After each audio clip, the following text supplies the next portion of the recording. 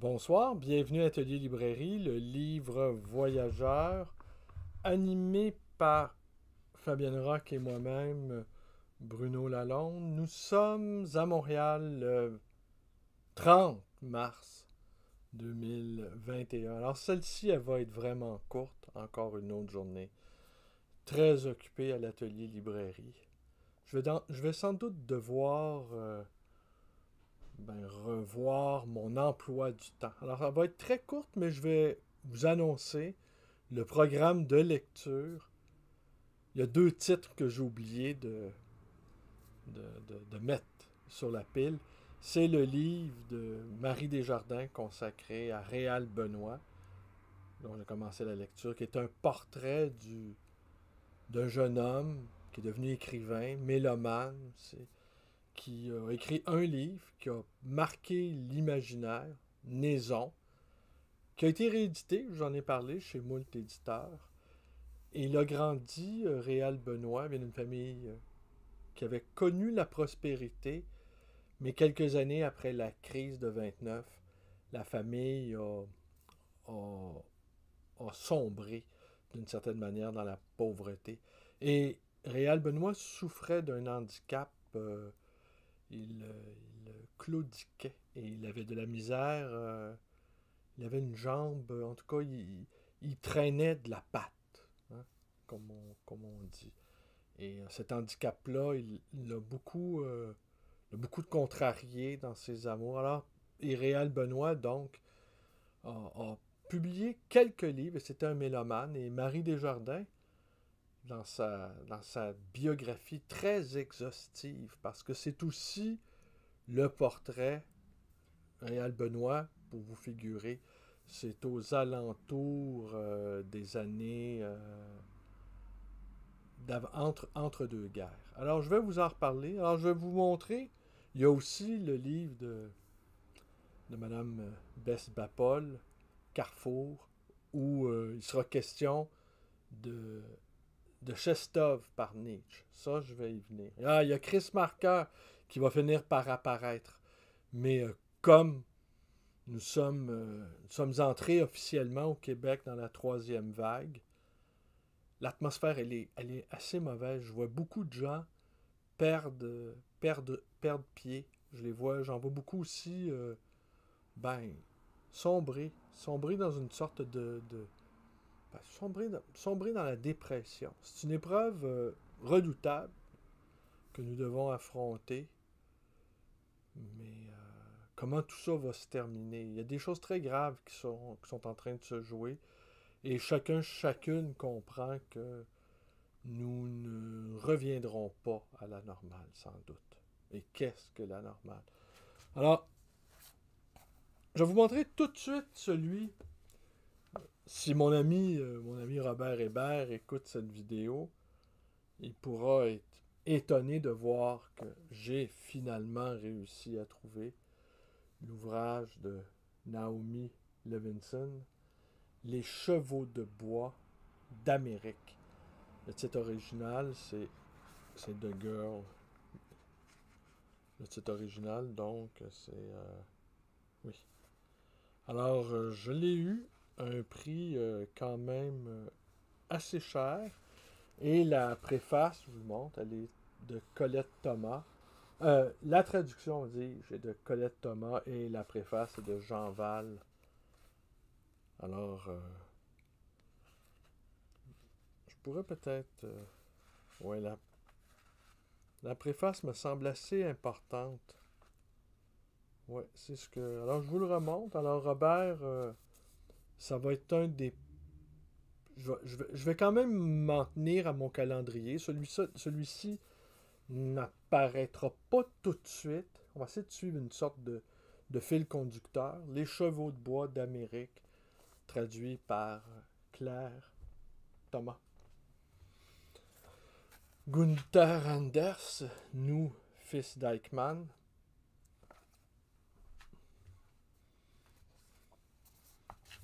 Philippe Burin, Ressentiment et Apocalypse, essai sur l'antisémitisme nazi.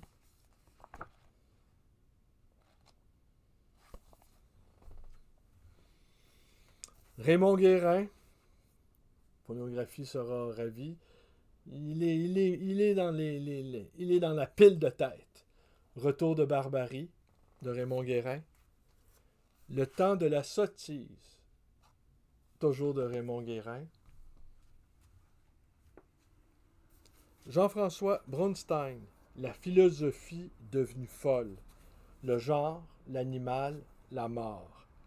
Alors vous vous en doutez bien, c'est une charge contre Edith Butler, Peter Singer, Donna Haraway et John Money. Et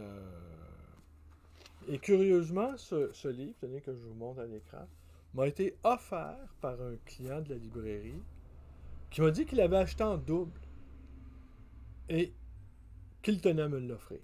Alors, il est sur la pile. Agent secret de Philippe Solers. Alors, vous voyez, on voit Roland Barthes. Solers qui reçoit une presse quand même assez incroyable. Il s'approche de ses 90 ans. Alors, c'est observable que, je dirais, la quasi-totalité, en tout cas l'ensemble des lettrés ont décidé de lui rendre hommage. Alors, il y a quelque chose de... C'est assez émouvant. On avait pu observer ça avec d'autres auteurs en fin de vie, si je peux dire. Étiamble, par exemple, avait eu le droit, mais Étiamble n'a jamais eu la notoriété de Solers. Mais Dumézil, glorieux dans son grand âge, Albert Cossery, des auteurs qui avaient dépassé les 90 ans et que tout à coup, on les salue. Alors, il y avait quelque chose là-dedans de très, très important. Wolfram Hellenberger, Le temps des magiciens. Eh bien, celui-ci, je l'ai lu. Je ne pensais pas, lorsque je l'ai lu l'été dernier, en France. J'ai terminé la lecture dans le train nous conduisant de Nîmes à Nice. Alors, de temps en temps, parce que le paysage, le paysage de Nîmes à Nice est absolument extraordinaire. Alors, de temps en temps, je déposais le livre et je me laissais emporter par le paysage de la mer. En tout cas, c'était absolument extraordinaire. Et c'est un livre qui est extrêmement bien fait. Alors ça, il est là. C'est sûr que je vais vous en parler. J'ai quelque chose à dire, et c'est très court, évidemment. Louis Kuttner, le prince des aphoristes. Alors, l'imagination, ça s'apprend. Folie est un grand mot. Aimer, c'est excuser. Le lion se croit le maître du cirque, le cérémonial de la souffrance. Plus on s'approche de la porte du cimetière, moins on se hâte. Témoin de moi-même. Alors c'est vraiment l'aphoriste sans doute le plus important qui m'a été donné de le lire. Je le pratique depuis longtemps, Scut, pour les intimes, Louis Kuttner. Mais pour moi, c'est Nicolas Gomez d'Avila. Alors pour moi, c'est la quintessence des aphorismes. Très mauvais titre cependant, Les horreurs de la démocratie. Les horreurs de la démocratie de Nicolas Gomez d'Avila, je ne sais pas si je lui ai consacré une vidéo. C'est le seul livre que j'ai lu. Ah, bon, je vais ouvrir la porte à Léa. Tu tournes? Il y a quelque chose qui se passe. Bon.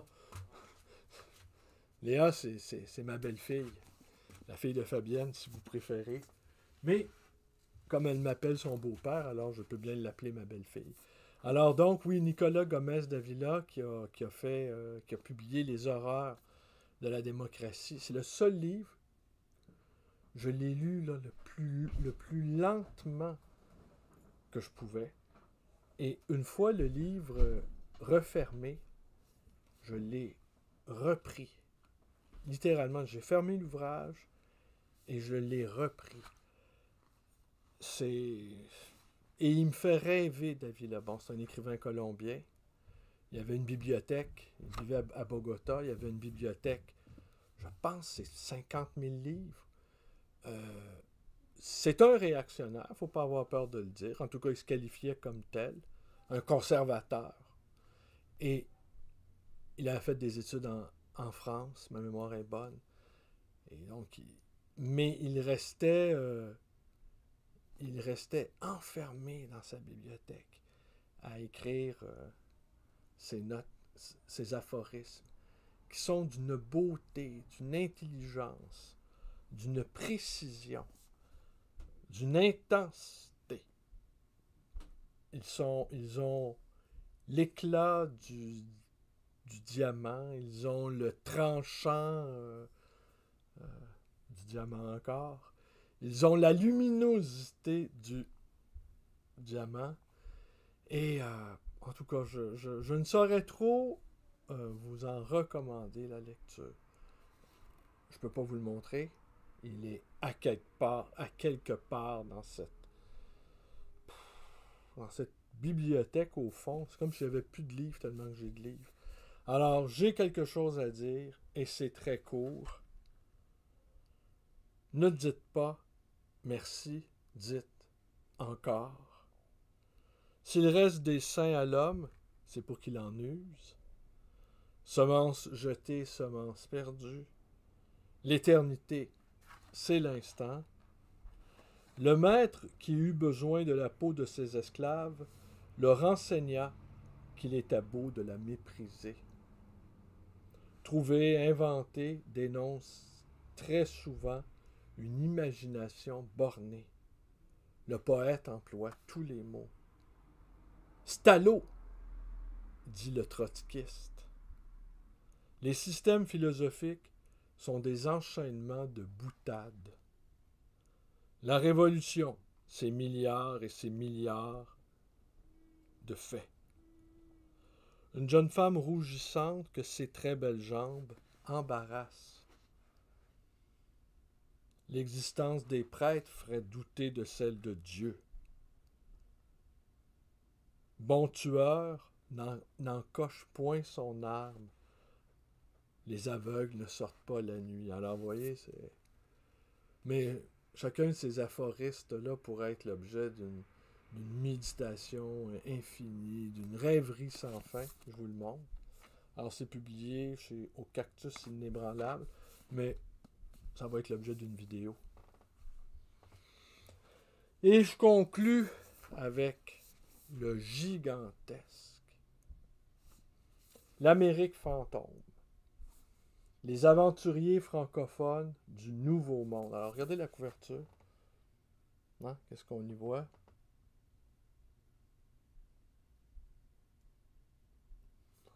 Gilles Havard est un spécialiste, donc, de l'Amérique française. Hein? Les aventuriers francophones du Nouveau Monde. Et dans l'étude des colonies, les Français, avec leur passé colonial récent, l'Afrique, le Maghreb, l'Asie même, ont vraiment beaucoup de matières premières. Alors, beaucoup d'historiens vont écrire, vont réfléchir sur le Maroc, l'Algérie, la Tunisie, les protectorats français.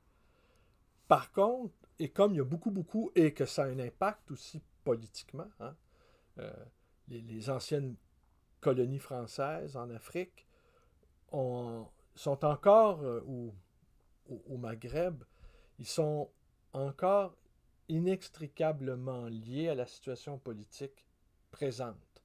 Tandis que ce qui reste des installations françaises en Amérique, ça ne pose pas de problème dans le jeu politique, ni dans le jeu des affaires. Alors, ce qu'il dit, au fond, Gilles Havard, c'est que ce vaste territoire inexploré de l'Amérique francophone eh bien, lui a décidé qu'il en ferait sa spécialité. Alors, c'est un passionné. Il a fait, il y a quelques années, un livre qui s'appelle L'histoire sur les coureurs de bois. C'est une somme, c'est magistral. Et celui-ci, Les aventuriers francophones du Nouveau Monde, que je vous remonte. Euh, je vais vous juste lire la quatrième de couverture. Alors, Gilles Havard, je vous dis en un mot, il est historien et directeur de recherche au CNRS et l'auteur de plusieurs ouvrages majeurs, dont Histoire de l'Amérique française, coécrit avec Cécile Vidal, Empire et métissage et Histoire des coureurs de bois.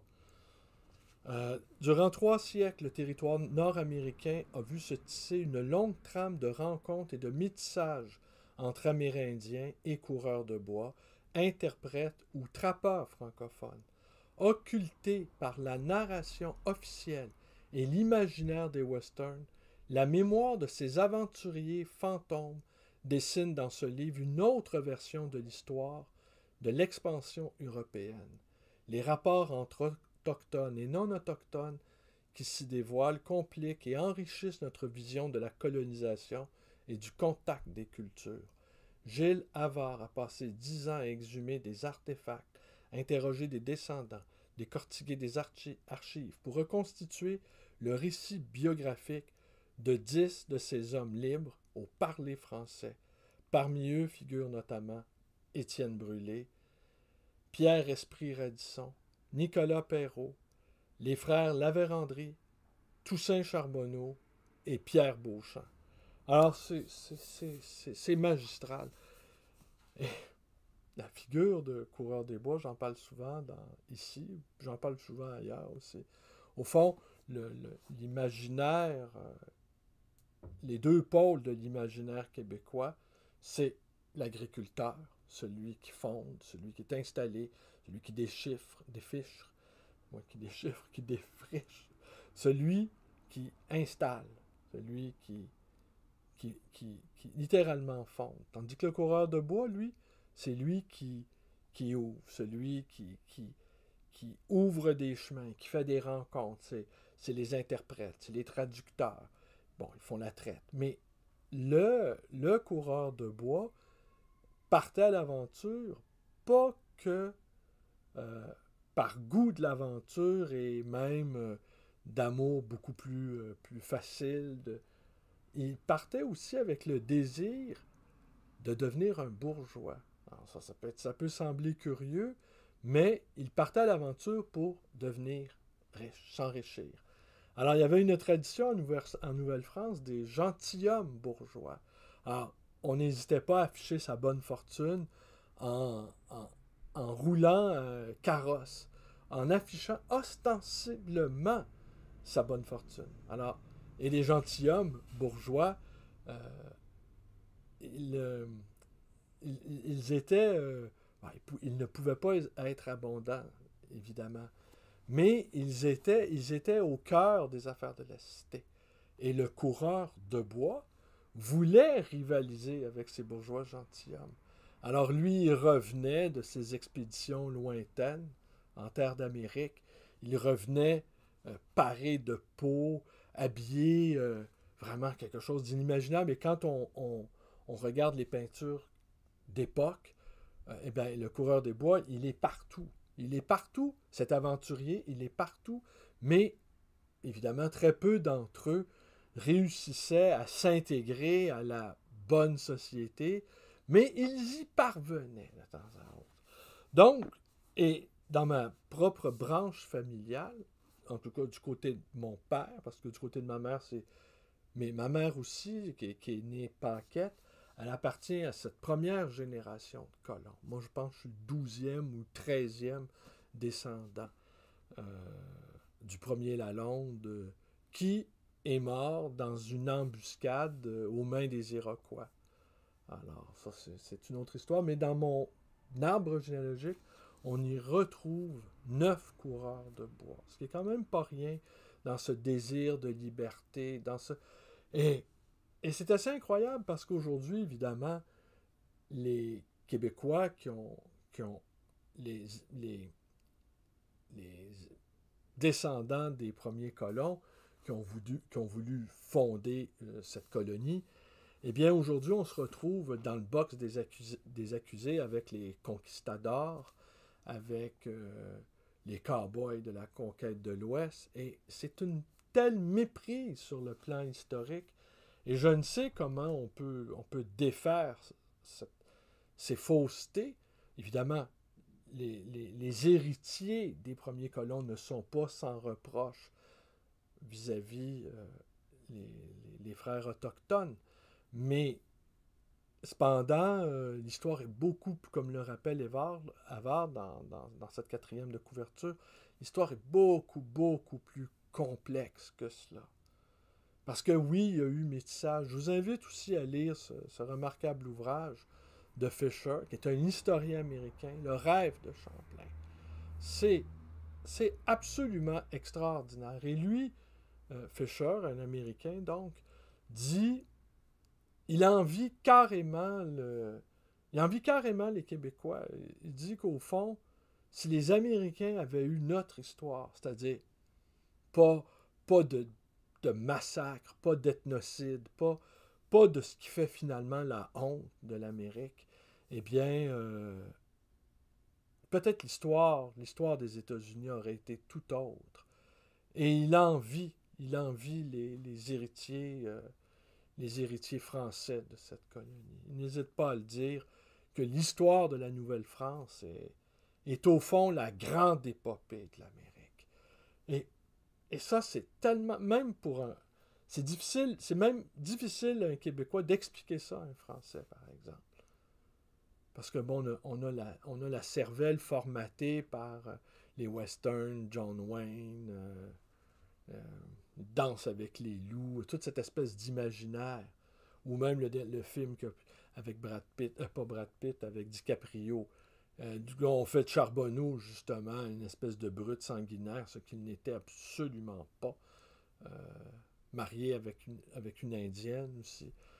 Ça aussi, c'est un détournement historique assez fâcheux. Mais ça prouve aussi l'envie, la jalousie, hein, parce qu'au fond, Charbonneau n'était pas le monstre qu'a peint ce cinéaste dont le nom m'échappe. Le film était assez mauvais d'ailleurs, assez choquant. Beaucoup d'historiens québécois ont relevé les anachronismes et le simple fait que Charbonneau n'ait pas été cette espèce de brute sanguinaire inculte. Oui, on les voit avides, on les voit en quête de richesse, de reconnaissance, on les voit, oui, mais ils étaient des explorateurs hardis.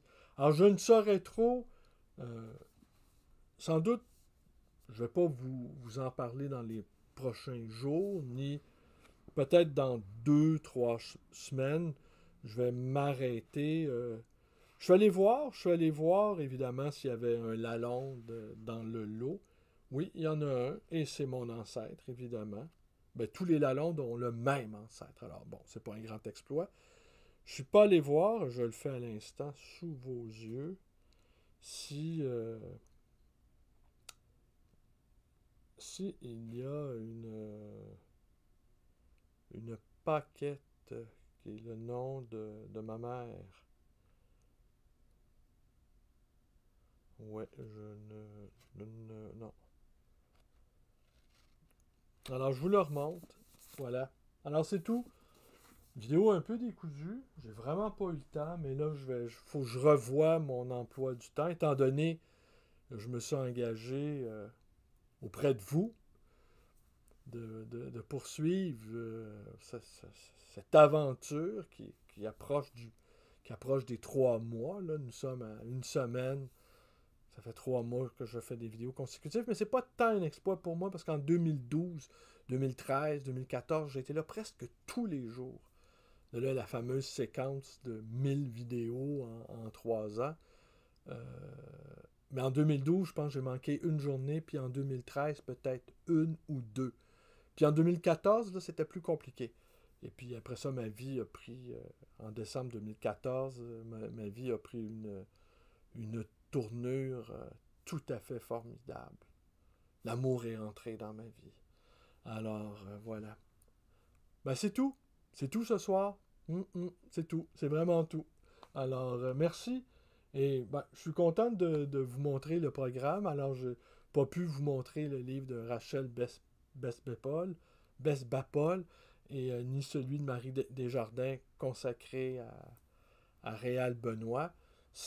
Dans les prochains jours, assurément, ce sont les prochains livres dont je vais vous entretenir. À moins qu'il se passe des événements exceptionnels. Mais ce qu'on vit d'exceptionnel, c'est maintenant. Alors, avec cette pandémie qui ne semble pas connaître de répit. En tout cas, je peux vous dire, ici au Québec, l'atmosphère commence à être... ça commence à être dur, là. Ça commence à être dur pour beaucoup, beaucoup de gens. Mais... Et beaucoup commencent à douter qu'on n'en sorte pas, finalement. Je vous remercie d'être avec moi. Portez-vous bien et à demain.